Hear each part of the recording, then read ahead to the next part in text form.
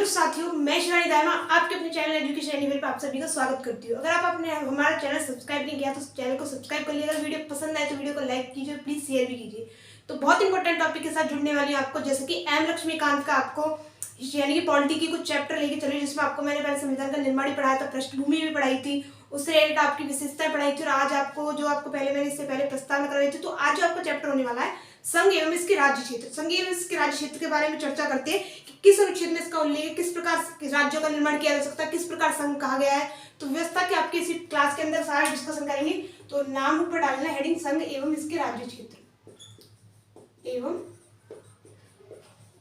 इसके राज्य क्षेत्र, ठीक है। ये आपको आज हेडिंग डालनी है।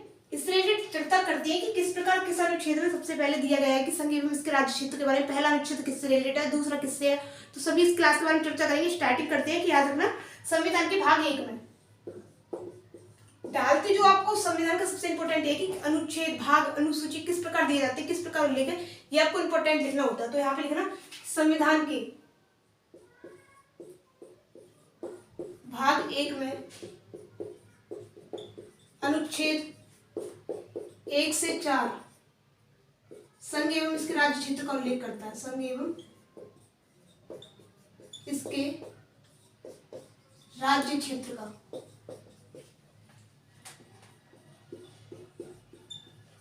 उल्लेख करता है। ज्यादा स्पीड से नहीं चलेंगे क्योंकि आपको इस तरह समझाने चलता है जिसको आप क्लास में समझ भी आता रहे और याद भी होता रहे, ठीक है। तो आराम से समझते चलेंगे। एम लक्ष्मीकांत को जो आप चैप्टर है याद रखना, उसमें लैंग्वेज बहुत हार्ड दी होती है, तो उसको थोड़ा जिसमें इंपॉर्टेंट टॉपिक यानी कि पॉइंट होते हैं उनको निकाल के आपको समझाने की कोशिश करती हूँ। तो प्लीज आपको क्लास में शेयर करना है। तो याद रखना इसके राज्य क्षेत्र का जो उल्लेख करता है वो कौन सा करता है, तो भाग 1 में अनुच्छेद 1 से लेकर 4 तक उल्लेख किया गया है। यही आपको देखना है कि किस प्रकार किस तरह हमारे संविधान के भाग 1 में एक अनुच्छेद में कि संविधान को क्या कहा गया है। तो याद रखना अनुच्छेद 1 में कहा गया है, अनुच्छेद 1 में कहा गया है आपको इस प्रकार डालना। सबसे पहले राज्यों का संघ किस प्रकार कहा गया है, यहाँ पे हेडिंग डाले ना, राज्यों का संघ, ठीक है। ये हेडिंग डालनी है, थोड़ा नीचे लिख देती हूँ। हेडिंग डाल के चलनी है क्योंकि आपको फिर समझ में नहीं आ पाएगा, सारे एक साथ करवाते चलेंगे। तो संघ एवं इसके राज्य क्षेत्र के बारे में डालना है और यहाँ पे लिखना अनुच्छेद 1 के बारे में।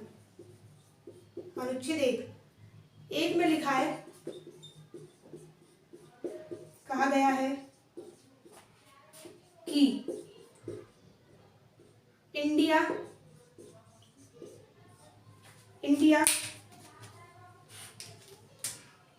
यानी भारत, इंडिया यानी कि भारत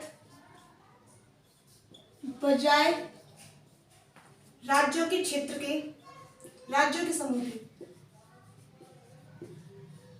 के राज्यों का संघ होगा, संघ होगा। इससे दो बातें स्पष्ट होती है, अब दो बातें कौन सी स्पष्ट होती है, यहाँ पे हमको इसमें ऐसा क्या दिया हुआ जिससे दो बातें स्पष्ट होती है। तो आप यहाँ पे इस प्रकार देख भी सकते हो कि भारत यानी जो आपका इंडिया यानी कि जो भारत है बजाय राज्यों के समूह के राज्यों का संघ हो। तो इससे दो बातें को पता चलता है। एक तो आपको भारत का नाम कहेंगे, देश का नाम को पता चलता है कि नाम किस प्रकार दिया हुआ है। दूसरा आपको राज्य पद्धति का प्रकार पता चलता है। तो याद रखना स्पष्ट होती है। एक तो आपका याद रखना पहली देश का नाम, दूसरी राज पद्धति का प्रकार, राजपद्धति का प्रकार। प्लीज जो आपको लिखवा रही है वो लिखते चलना, आपको ज्यादा नहीं लिखवाऊंगी, जो लिमिटेड है बस वही लिखवाते चलूंगी, जो इंपॉर्टेंट, ठीक है। तो राजपद्धति का प्रकार, इसके अंदर आप देख सकते हो पहला देश का नाम, देश के नाम को लेकर संविधान सभा में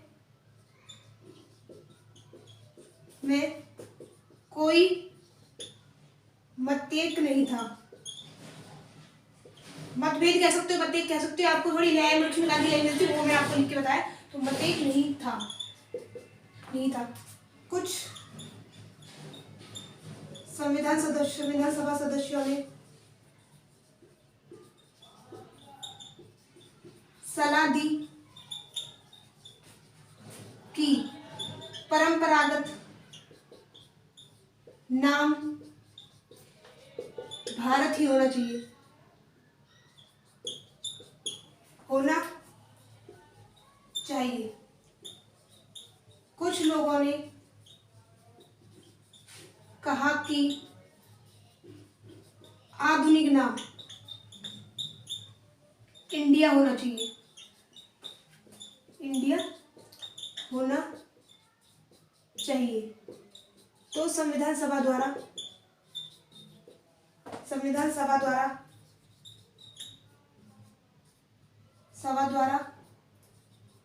दोनों नामों को स्वीकारा गया और इस प्रकार इंडिया जो कि भारत है का उल्लेख संविधान में है।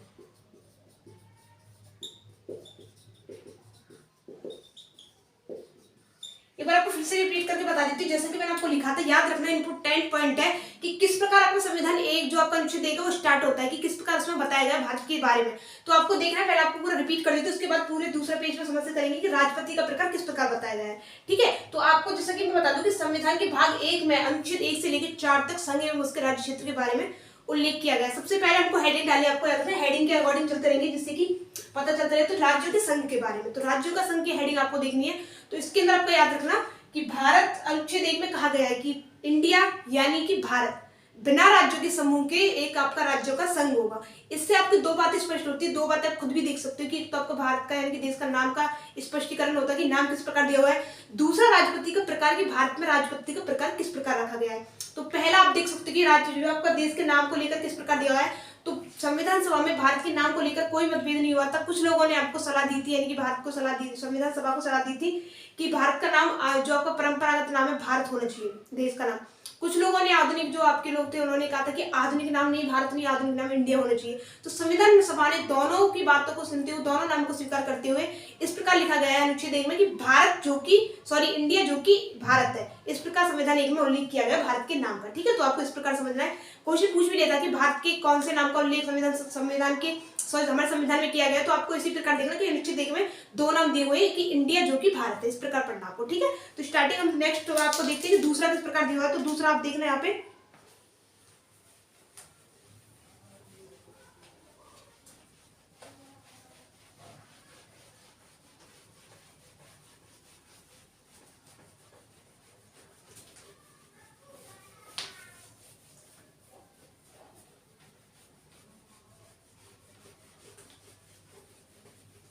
दूसरा हम राष्ट्रपति का प्रकार समझेंगे कि राष्ट्रपति का प्रकार किस प्रकार दिया हुआ है।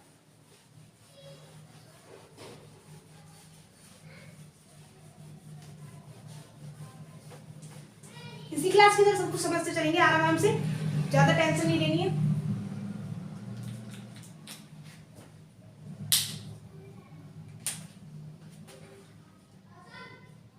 दूसरा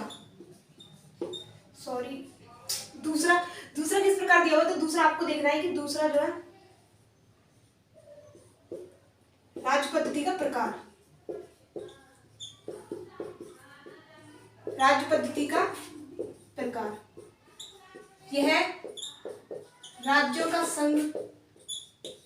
संघ से भारत का संघीय ढांचा स्पष्ट होता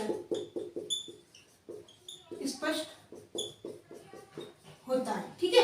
वहीं पे याद रखना ऐसा यहाँ पे डॉक्टर भीमराव अम्बेडकर संविधान सभा के जिन्होंने प्रारूप तैयार किया था। तो संविधान सभा के सबसे महत्वपूर्ण सदस्य प्रारूप समिति के अध्यक्ष भी हो सकते हैं डॉक्टर भीमराव अम्बेडकर। ठीक है, तो डॉक्टर भीमराव अम्बेडकर के द्वारा किस प्रकार कहा गया था, डॉक्टर भीमराव अम्बेडकर के द्वारा कहा गया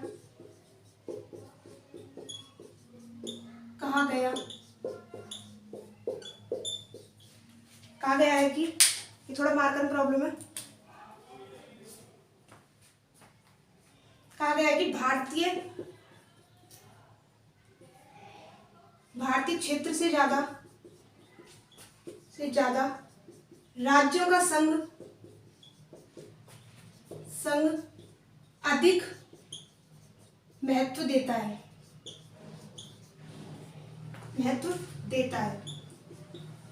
इससे दो बात स्पष्ट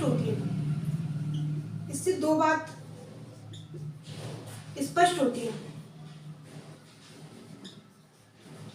होती है कि भारत, यानी संघ बोल सकते हो, भारत बोल सकते हो, संघ राज्यों के बीच हुए किसी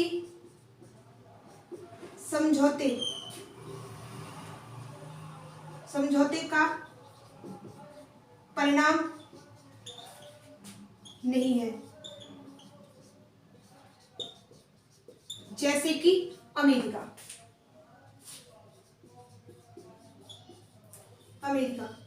दूसरा, राज्यों को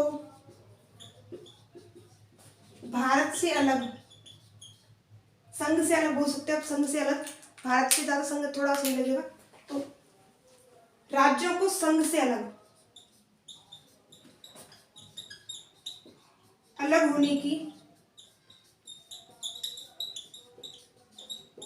होने का अधिकार नहीं है। अलग होने का अधिकार नहीं है। ठीक है, याद रखना। इसके बाद आपको थोड़ा ही तो पता है, तो उसके बाद अनुच्छेद 1 के बारे में बताऊंगी कि भारत का उल्लेख किस प्रकार 3 प्रकारों से किया गया है। तो आपको देखना है कि पहला, आपको जैसा कि मैंने कहा था कि आपको बार बार फिर से रिपीट कर देती हूँ पूरा, जिसको आपको बार बार रिपीट हो इस क्लास में याद होता है। तो भारत का उल्लेख किस प्रकार किया गया अनुच्छेद 1 में कि भारत यानी कि इंडिया यानी कि भारत राज्यों के समूह के बजाय राज्यों का समूह है। दो बातों को स्पष्ट करते हैं। तो भारत का नाम आपको मैंने बता दिया है कि कुछ लोगों के द्वारा कहा गया था कि भारत परंपरागत नाम होना चाहिए, वहीं कुछ लोगों के द्वारा कहा गया था कि आधुनिक नाम आपका इंडिया होना चाहिए। तो संविधान सभा के द्वारा दोनों नामों को अपनाते हुए कहा गया कि इंडिया यानी कि भारत, इस प्रकार उल्लेख किया गया अनुच्छेद 1 में भारत के नाम का। दूसरा, आपको राज्यपति का प्रकार स्पष्ट होता है। तो राज्यपति का प्रकार किस प्रकार स्पष्ट होता है कि राज्यों का जो संघ है वो संघीय व्यवस्था को दिखाता है कि संघीय व्यवस्था भारत में अपनाई गई है। वहीं आपको डॉक्टर भीमराव अम्बेडकर के द्वारा कहा गया था कि भारतीय क्षेत्र से राज्यों का संघ जो वो अधिक महत्व समेटे हुए, यानी कि भारतीय क्षेत्र अच्छा नहीं लगता, कि संघों का राज्य बोलते हैं वो ज्यादा अच्छा लगता है, वो ज्यादा महत्व समेटे हुए।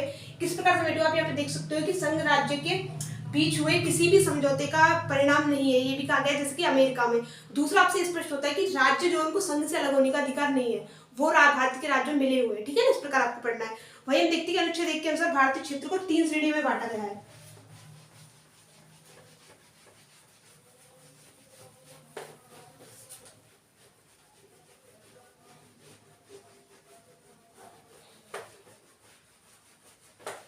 क्लास के अंदर आप धीरे धीरे समझते चलेंगे अनुच्छेद 1 किस प्रकार लिखा हुआ है, अनुच्छेद 2 किस प्रकार लिखा हुआ है, ठीक है, आराम से समझते चलेंगे।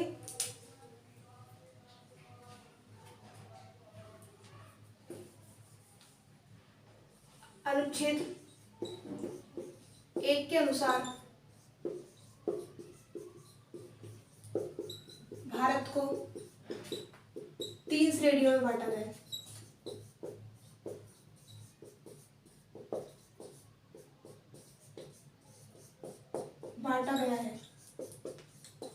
एक आपका राज्य संघ क्षेत्र,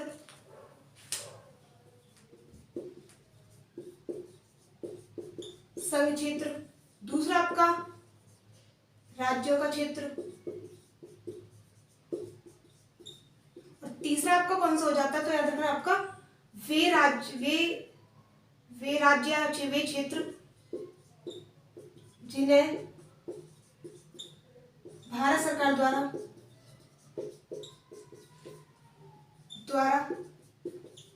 कभी भी अधिकार में लिया जा सकता है,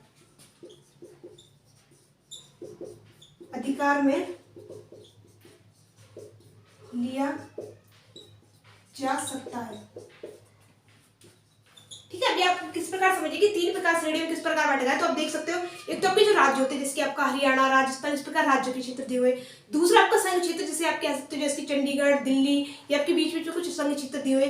तीसरा आपको श्रेणी बांटी गई है कि वे क्षेत्र जिनको भारत के द्वारा कभी भी अधिकृत किया जा सकता है, यानी कि जो विवाद में चल रहे हैं उनको किसी भी प्रकार अधिकृत किया जा सकता है। तो इस प्रकार के याद रखना 3 प्रकार से भारत की श्रेणियों में बांटा गया है। तो वही आपको समझना है कि उनका क्षेत्र जो है विस्तार संविधान की पहली अनुसूची में दिया हुआ है। यहाँ पे आपको लिख देना भारत के क्षेत्र संघ राज्य का उल्लेख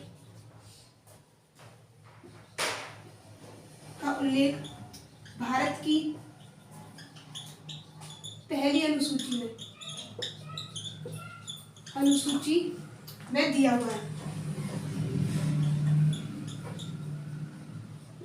है और भारत में संविधान के द्वारा सभी राज्यों व क्षेत्रों को समान अधिकार प्राप्त है। समान अधिकार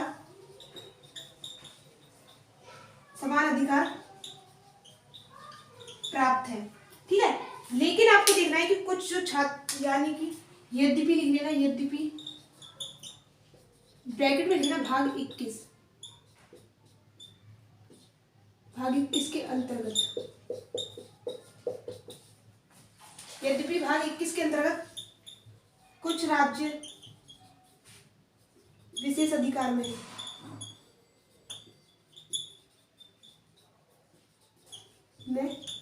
अगर आपको यहाँ तक दिख नहीं रहा हो तो दूसरे पेज पे डिस्कशन कर लेंगे। तो जैसा कि मैं आपको एक बार रिपीट करके बता दिए कि अनुच्छेद 1 के अनुसार भारत को 3 श्रेणियों में बांटा गया। 3 श्रेणियों में किस प्रकार बांटा गया है? एक तो आपका संघ क्षेत्र होता है। संघ क्षेत्र मैंने आपको समझाने की कोशिश की है, जिसके भारत के द्वारा सीधा केंद्र के द्वारा अपनी सरकार का यानी कि महत्व दिया जाता है कि बीच बीच में ऐसे आपका चंडीगढ़ रखा गया है, वहीं आपका बीच में दिल्ली रखा गया है। तो ऐसे संघ क्षेत्र दिए हुए, नीचे आपका दक्षिण साइड में पांडुचेरी रखा गया है, दमनदीप आपके इस प्रकार दिए हुए कि जिससे भारत का पूर्ण देश पे यानी कि वो अधिकार रह सके, ठीक है। इस प्रकार दिया हुआ है। तो दूसरा आपका राज्य क्षेत्र होता है। राज्य जो आपके भारत में दिए हुए हैं वर्तमान में 28 राज्य, यहाँ पे लिख भी लेना। वर्तमान में भारत के अंदर 28 राज्य व 8 केंद्र शासित प्रदेश है। केंद्र शासित प्रदेश है, ठीक है। याद रखना 8 केंद्र शासित प्रदेश, जम्मू कश्मीर जब था पहले 29 राज्य हुआ करते थे। जम्मू कश्मीर के हटने के बाद जम्मू कश्मीर जो आपका राज्य के क्षेत्र से लगभग तो दो यूनियन टेरिटरी का विकास साथ पहले थी, तो 2 यूनियन टेरिटरी नहीं बनी थी। एक आपका जम्मू कश्मीर, एक आपका लद्दाख और जम्मू कश्मीर के मिलने के बाद 9 हो गई थी। तो उसके बाद याद रखना ये आपका दमनदीप और दादर नगर हवेली को मिला के 1 कर दिया गया था। तो वर्तमान में 8 केंद्र शासित प्रदेश है, कंफ्यूज नहीं होना। आपके 28 राज्य भारत के अंदर। थर्ड आपको हो जाता है कि भारत के द्वारा वे क्षेत्र जिनको कभी भी अधिकृत किया जा सकता है, ठीक है, यानी कि विवाद में चल रहे हैं। नेक्स्ट आपको इस प्रकार समझना है कि भारत के क्षेत्र या संघों का राज्य का उल्लेख जो है इस प्रकार दिया हुआ है अनुसूची 1 के अंदर। तो अनुसूची 1 में क्या दिया हुआ है आपको देखना है कि भारत के संविधान के सभी राज्यों को समान अधिकार प्राप्त होंगे, किसी को भी अलग से अधिकार नहीं दिया जाएगा। यद्यपि आप देख सकते हो कि भाग 21 के अंतर्गत कुछ राज्यों को विशेष अधिकार दिए हुए हैं। तो कुछ क्षेत्रों को आपको बता दूं कौन कौन से, जिसमें आपका शामिल कौन कौन से है, आपको पढ़ना जरूरी है सभी के नाम।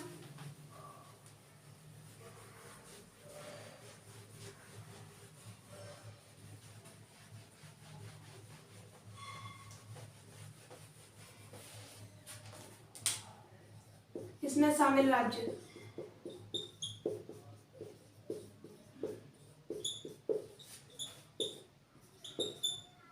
यहाँ पे लिखना है आपको महाराष्ट्र, गुजरात, आंध्र प्रदेश, नागालैंड, कर्नाटक, मणिपुर, मिजोरम, असम, अरुणाचल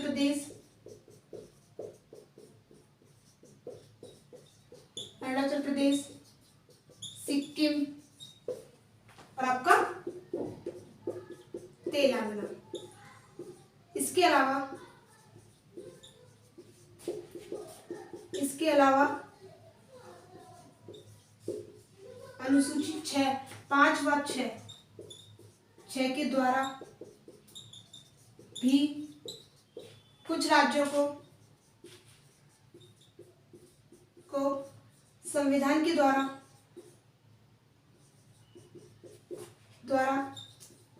विशेष अधिकार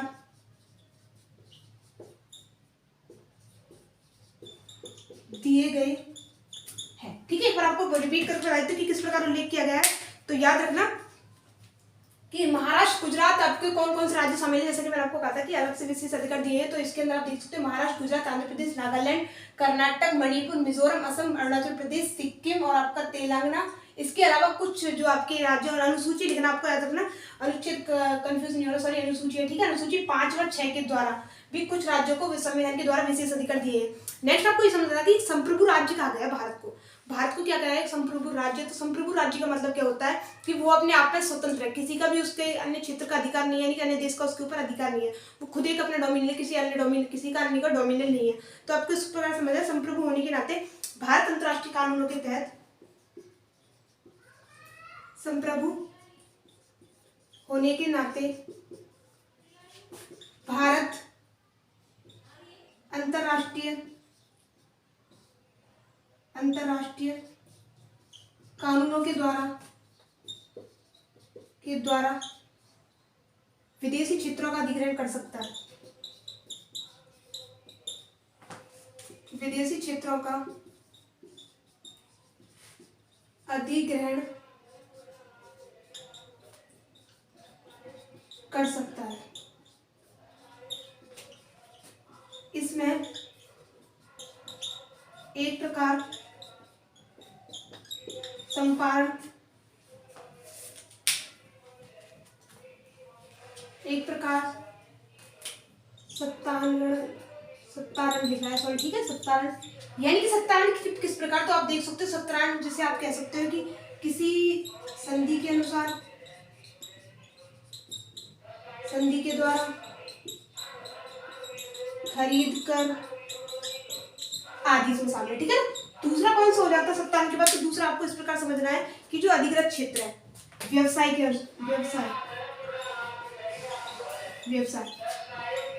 इसके अंतर्गत वे क्षेत्र जिनका अधिग्रहण किसी स्वतंत्र शासक द्वारा नहीं किया गया,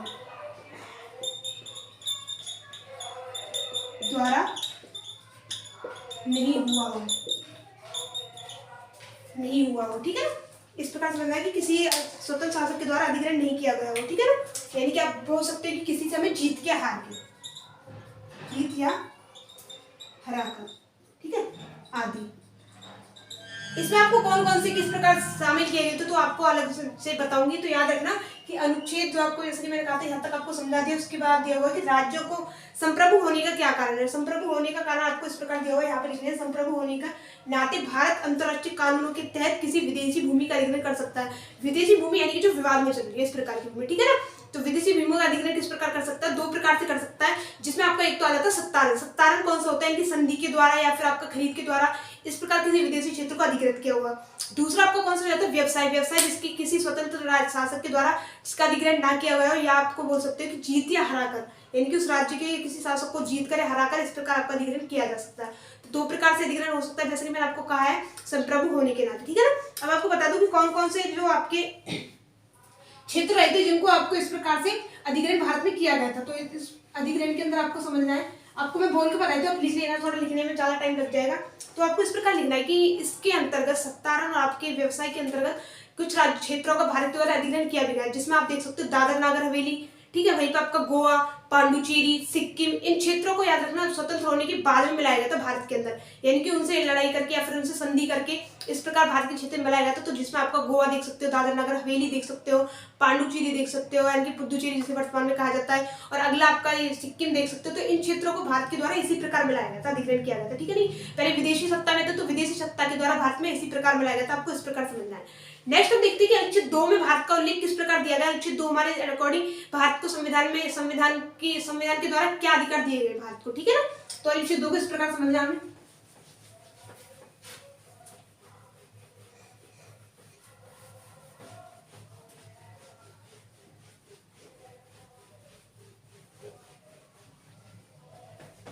अनुच्छेद 2 के द्वारा, ठीक है, इस प्रकार समझना।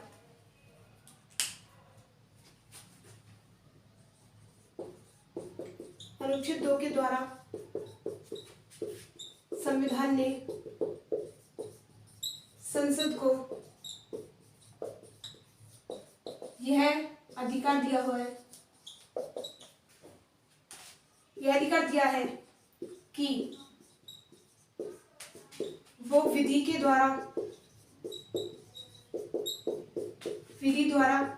भारत में नए राज्यों का राज्य व क्षेत्र को शामिल या गठन कर सकती है, ठीक है। ये थोड़ा मार्कर में थोड़ा फीका चल रहा है, उसमें एक बार इंक डाले तो उसके बाद आगे चलेंगे, ठीक है।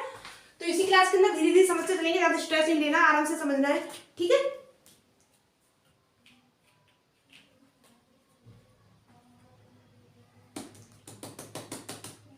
याद रखना, आपको जो पढ़ाती हूँ एम लक्ष्मीकांत से पढ़ाती हूँ। एम लक्ष्मीकांत में जो बहुत इंपॉर्टेंट पॉइंट दिए हुए हैं, उन पॉइंटों को निकाल के आपके लिए आती है, जिससे कि आपको समझ में आता रहे, ठीक है। तो आपको बस यही आपसे होती कि डेली आपको बहुत इंपॉर्टेंट क्लास करवाई जाती है, तो प्लीज़ उसके लिए पहले चैनल को सब्सक्राइब भी करना पड़ेगा आपको, जिससे वीडियो सबसे पहले उपलब्ध हो जाए, और आपको वीडियो को लाइक भी करना होगा। तो इसी प्रकार समझते चलेंगे धीरे धीरे। नेक्स्ट हम देखते हैं कि नेक्स्ट आपको किस प्रकार दिया हुआ है। जैसा कि मैंने कहा था कि अनुच्छेद 2 नए राज्यों के गठन व क्षेत्र को शामिल करने से संबंधित है। तो क्षेत्र को शामिल किस प्रकार किया जाता है, इसमें आपका देख सकते हैं, नए राज्यों को भारत के क्षेत्र में शामिल करना, दूसरा आपका नए राज्यों का गठन करना, ठीक है।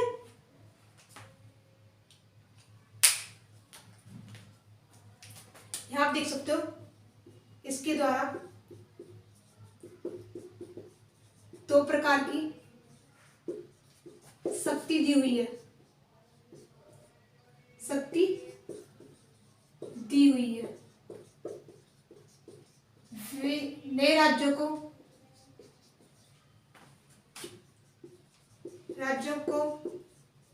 शामिल करना व गठन करना।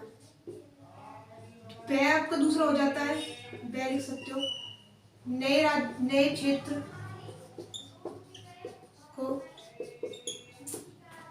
नए क्षेत्र को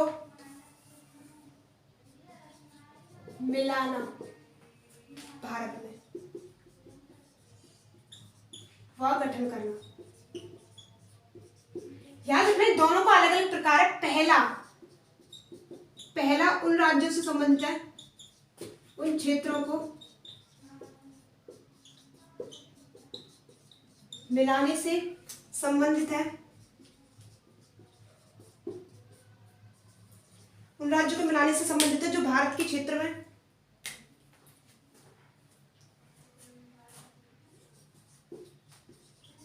वे राज्य जो भारत के अस्तित्व में नहीं है। यानी कि भारत के अस्तित्व में किस प्रकार नहीं है, आपको एक बार पहले बोल के बताई थी। अगर सारा एक साथ लिखते चलोगे तो समझ में नहीं आ पाएगी क्या लिख दिया, बस राम कथा लगेगी थोड़ी सी। तो पहले आपको समझा देती हूँ। याद रखना, जैसे कि मैंने आपको कहा है कि किस प्रकार से उल्लेखित किया गया है। तो आप देख सकते हो यहाँ पे कि भारत को संसद को एक विधि के द्वारा आपका नए राज्यों का गठन करने की, आपका नए क्षेत्र को मिलाने की शक्ति दी गई है। इसके अनुसार 2 प्रकार की शक्ति दी हुई, नए राज्यों को भारत में शामिल करने और गठन की, और दूसरी आपकी नए राज्यों को मिलाना व उनके गठन से संबंधित आपका होगी। तो दोनों पॉइंट एक से। तो इसमें इस प्रकार समझना कि पहले तो वे राज्य दिए हुए हैं, यानी कि ए में जो दिए वे क्षेत्र को मिलाने से दिया गया, सॉरी, ठीक है ना। इसमें वे राज्य जो भारत से अस्तित्व में है, सॉरी अस्तित्व में है लिखना आपको, अस्तित्व में है, और दूसरा वे राज्य जो भारत के अस्तित्व में नहीं है, ठीक है, नहीं है। बस अनुच्छेद 2 आपका इस प्रकार दिया हुआ है कि भारत में नए राज्यों का गठन और क्षेत्र को मिलाने से संबंधित है। नए राज्यों के गठन और क्षेत्र से किस प्रकार मिलाने से संबंधित है। आप देख सकते हैं कि जो राज्य भारत के अस्तित्व के पहले से दिए हुए उनको मिलाना, या आपके अस्तित्व नहीं दिए हुए उनको मिलाना, कि विधि के द्वारा किस प्रकार मिला जाएगा, संसद को ये आपकी शक्ति दी हुई है। ठीक है, इस प्रकार आपको समझना है। नेक्स्ट हम देखते हैं कि अनुच्छेद 3 के अनुसार किस प्रकार दिया हुआ है। तो अनुच्छेद 3 में आपका जो दिया हुआ है वो पुनर्सीमन का आयोग अधिकार दिया हुआ है, इनकी नए राज्य बनाना, एक राज्य से दूसरे राज्य को मिलाना, कुछ क्षेत्र को एक राज्य से देकर दूसरे राज्य को देना, इस प्रकार की शक्ति अनुच्छेद 3 के अंदर दी हुई है। तो अनुच्छेद 4 और इसी क्लास के अंदर क्लियर करेंगे। उसके बाद जो कुछ रह जाएगा उसको कल की क्लास में, राज्यों के क्षेत्र का जो चैप्टर का कुछ भाग रह जाएगा उसको कल की क्लास में क्लियर करेंगे। ठीक है, तो धीरे धीरे, क्योंकि आपको एक साथ कराऊंगी तो आप भी थोड़ा बोर हो जाकर समझ में नहीं आ पाएगा। तो अनुच्छेद 3 के अनुसार हमें देखना है कि अधिकृत किस प्रकार किया गया है। अनुच्छेद 3 के अनुसार द्वारा भारत की संसद को नए राज्यों का व क्षेत्रों का के गठन व स्थापित करने की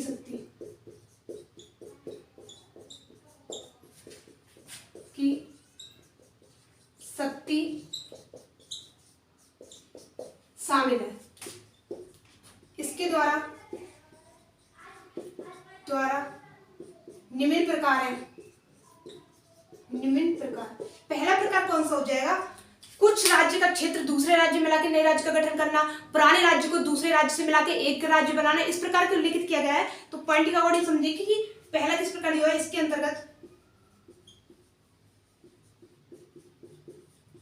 इसके अंतर्गत कुछ राज्य का क्षेत्र दूसरे राज्य को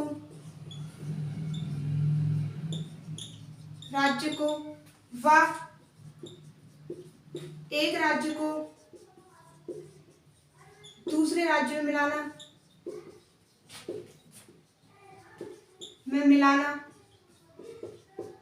मिलाकर एक राज्य बनाना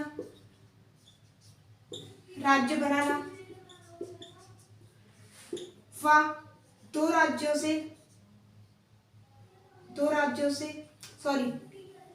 एक राज्य से दो राज्य बनाना आदि शामिल है। इसके अंदर हम देख सकते हैं, तो सेकंड पॉइंट जो हो जाता है कि राज्यों का क्षेत्र घटाना। थर्ड पॉइंट, राज्यों का क्षेत्र बढ़ाना। फोर्थ पॉइंट, राज्यों की सीमा में परिवर्तन करना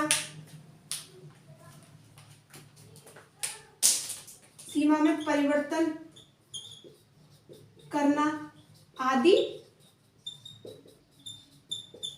शामिल है। अब हमें को ये देखना है कि जो इस प्रकार के अध्यादेश दिए जाते हैं वो किस प्रकार राष्ट्रपति के द्वारा पारित किया जाता है, संसद के द्वारा पारित किया जाता है, राज्यों से अनुमति ली जाती है नहीं ली जाती है, तो सभी डिस्कशन करना। पहले आप यहाँ तक समझिए कि किस प्रकार दिया हुआ है। अनुच्छेद 3 जो है वो नए राज्यों के गठन से संबंधित है। नए राज्यों के गठन से किस प्रकार, यानी कि जो पहले से एक राज्य और दूसरे राज्य को मिलाकर एक राज्य बना देना, एक राज्य अगर ज्यादा विस्तार हो चुका तो उन दो राज्यों में गठन कर देना, एक राज्य का कुछ क्षेत्र लेकर दूसरे राज्य को क्षेत्र में दे देना, यानी कि विवाद इस प्रकार के जो है वो इसके अंतर्गत सॉल्व किए जाते हैं। इस प्रकार पहला आप देख सकते हैं कि इसके अंतर्गत कुछ राज्यों का जो क्षेत्र है दूसरे राज्यों को और एक राज्य को दूसरे राज्य में मिलाकर या आपका एक राज्य से दो राज्य बनाना आदि शामिल है। सेकंड पॉइंट जो आपको दिया हुआ है कि राज्यों का क्षेत्र घटाना। फोर्थ पॉइंट आपको, थर्ड पॉइंट आपको दिया हुआ है राज्यों का क्षेत्र बढ़ाना। फिफ्थ पॉइंट आपको दिया हुआ है कि राज्यों की सीमा में परिवर्तन करना, ये भी इसी के अंदर आते हैं, यानी कि अनुच्छेद 3 के अंदर। तो अगला आपको देखना है कि किस प्रकार का अध्यादेश कहां से जारी होता है, किसके द्वारा पारित किया जाता है, इस प्रकार हमें देखना है। ठीक है,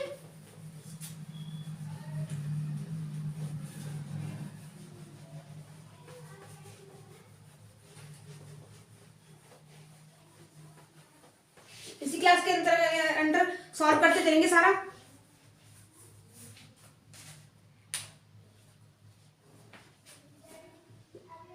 इसके अंतर्गत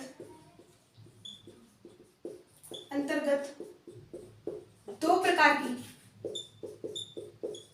प्रकार की शर्तों का उल्लेख है।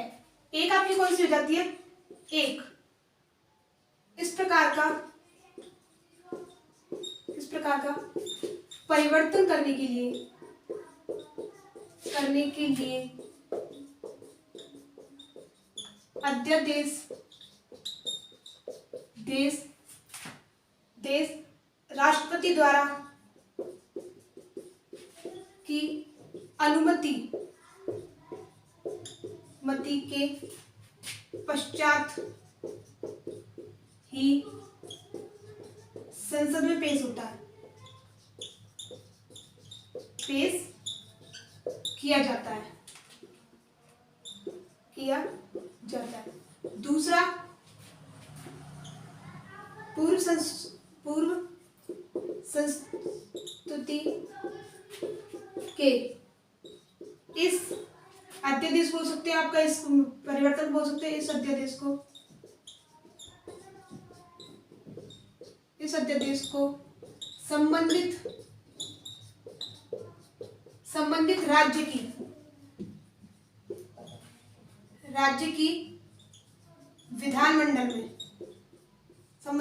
विधानमंडल में भेजा जाता है और ये निश्चित समय सीमा के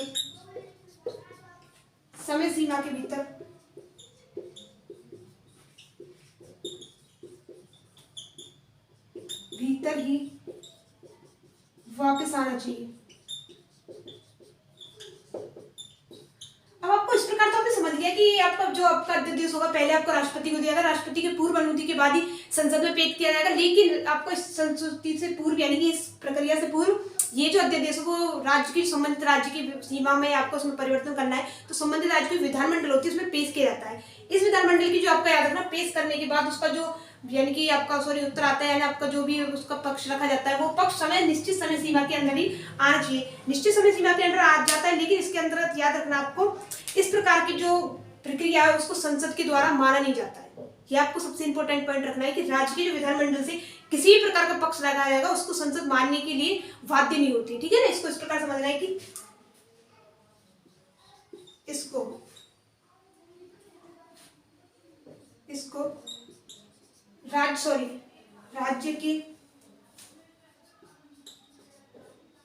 राज्य के पक्ष को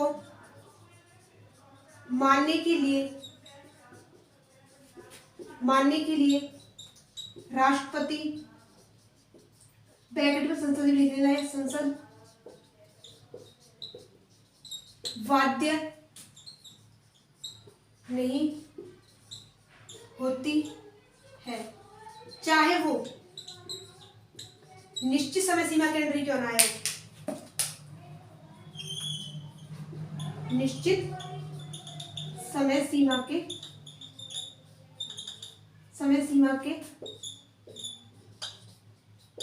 भीतर ही आया हो। अब आपको मैं ये सबसे इंपॉर्टेंट पॉइंट क्यों बताया है, क्योंकि आपको इस प्रकार समझना है कि आप कहोगे कि इसका हो सकता है कि उस राज्य के विधानमंडल के द्वारा निश्चित समय सीमा के अंदर ना दिया हुआ इसलिए बाध्य नहीं हुए वो राष्ट्रपति संसद। तो आपको इस प्रकार समझना है कि चाहे वो आपके समय सीमा के अंदर आए, समय सीमा के बाद आए, लेकिन वो आपको संसद उसको राष्ट्रपति संसद मानने के लिए बाध्य नहीं होता। लेकिन इंपॉर्टेंट ये भी समझना है कि समय सीमा के भीतर आनी चाहिए, ये भी राष्ट्रपति के द्वारा संसद के द्वारा पहले जारी कर दिया जाता है। तो आपको एक बार पहले बोल के बता देती पूरा किस प्रकार दिया हुआ है। इससे हमको ये समझना है कि हमारे भारत में किस प्रकार की प्रक्रिया दी हुई है कि भारत जो है विभक्त राज्य का अविभाज्य राज्य संघ दिया हुआ है और अमेरिका इसके अपोजिट होता है। आपको सभी इस क्लास के अंदर थोड़ा आगे समझाऊंगी। तो याद रखना इसके अंतर्गत दो प्रकार की शर्तों का उल्लेख किया गया। पहली शर्त कौन सी है कि इस प्रकार के अध्यादेश जो होते हैं राष्ट्रपति की पूर्व अनुमति के बाद संसद में पेश किए जाते हैं। इस संस्तुति से पूर्व इस प्रकार का अध्यादेश उस राज्य की संबंधित राज्य के विधानमंडल में पेश किया जाता है और विधानमंडल का जो पक्ष यानी कि विधानमंडल से वापस समय सीमा के अंडर ही आना चाहिए। लेकिन आपको इस प्रकार की समझना है कि संबंधित राज्य का जो पक्ष है वो संसद और आपका राष्ट्रपति उसको मानने के लिए बाध्य नहीं होते, चाहे वो समय सीमा के भीतर ही क्यों ना आए हो। ठीक है ना। नेक्स्ट हम देखते हैं कि इस तरह का जो स्पष्ट होता है।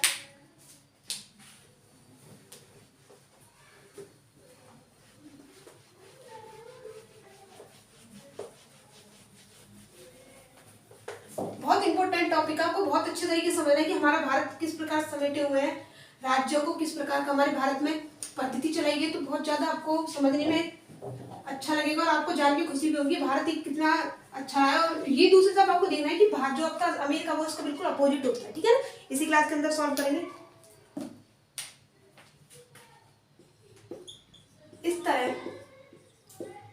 इस तरह यह स्पष्ट है, यह स्पष्ट होता है। स्पष्ट क्या होता है, ये भी इंपॉर्टेंट है। स्पष्ट होता है कि संविधान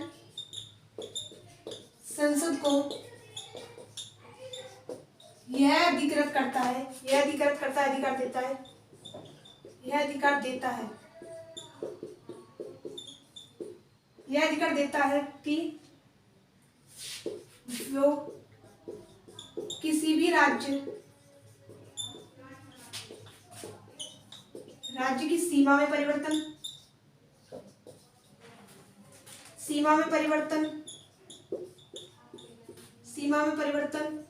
व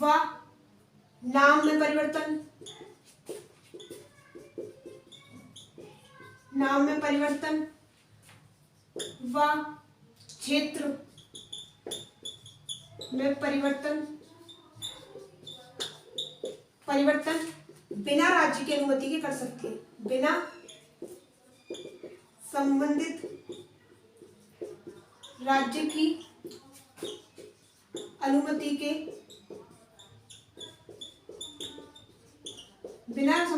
अनुमति के कर सकती है, ठीक है। इससे दूसरे शब्दों में इस प्रकार कह सकते हैं, दूसरे शब्दों में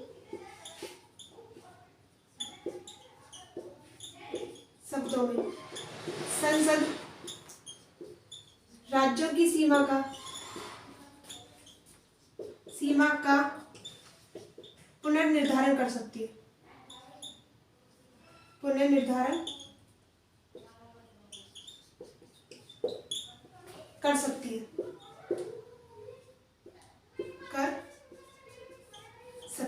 ठीक है। आपको इस प्रकार समझना है। इसी के अंदर आपको बता दूं,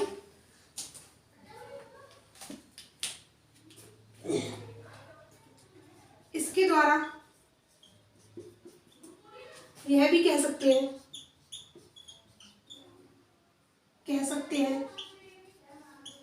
कि मानचित्र का पूर्ण निर्धारण, जो आपको भारत का मानचित्र, उसका मानचित्र का पुनर्निर्माण किया जाए, निर्माण हो सकता है, ठीक है। पुनर्निर्माण हो सकता है। आपको इस प्रकार एक बार यहाँ तक बोल बताई थी, उसको पहले आपको दोबारा समझा दूंगी। नेक्स्ट आपको धीरे धीरे समझना है कि एक साथ समझ में नहीं आ पाएगा, थोड़ा लैंग्वेज हार्ड होती है इसकी।